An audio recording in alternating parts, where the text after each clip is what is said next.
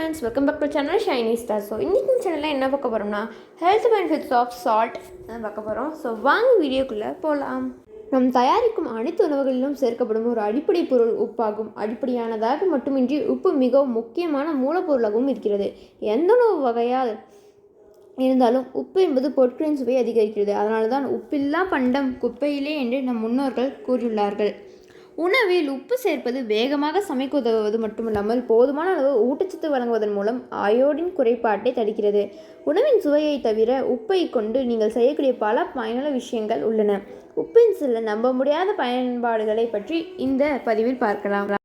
முட்டையின் தரத்தை சோதிக்க முட்டைகளை உப்பு நீரில் விடுவதன் மூலம் அவற்றின் கால அளவை சரிபார்க்கலாம் என்பது உங்களுக்கு தெரியுமா? இந்த பரிசோதனை செய்ய உங்களுக்கு ஒரு புதிய முட்டை மற்றும் பழைய முட்டை தேவை. இப்போது 2 கிளாஸ் தண்ணீரை எடுத்து ஒவ்வொன்றிலும் அரை தேக்கரண்டி உப்பு சேர்த்து கலவை தயாரித்து கொள்ளுங்கள்.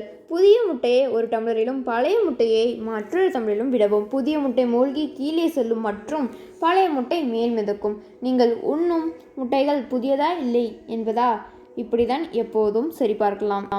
தொண்டை வலியை குணப்படுத்த அரிப்பு அல்லது வலி தொண்டையால் அவதிப்படுகிறீர்களா? உப்பு நீரில் வாய் கொப்பளிப்பதன் மூலம் உங்கள் தொண்டையை உடனடியாக குணப்படுத்தலாம். ஒரு கிளாஸை எடுத்து வெதுவெதுப்பான நீரில் நிரப்பவும். தண்ணீர் மிகவும் சூடாகவோ அல்லது குளிராகவோ இல்லை என்பதை உறுதிப்படுத்தவும்.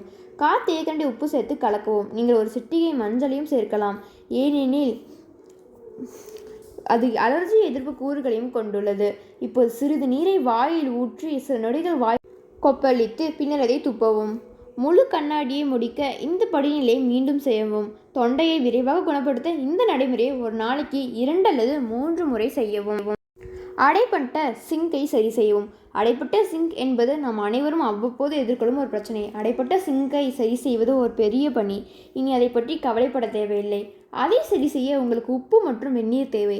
சிங்கில் 2 டீஸ்பூன் உப்பை தூவி அதன் மீது 2 அல்லது 3 கொதிக்கும் நீரை ஊற்றவும். 10 நிமிடங்களுக்கு சிங்கை தொடாமல் விடவும். அது தானாகவே சரியாகிவிடும்.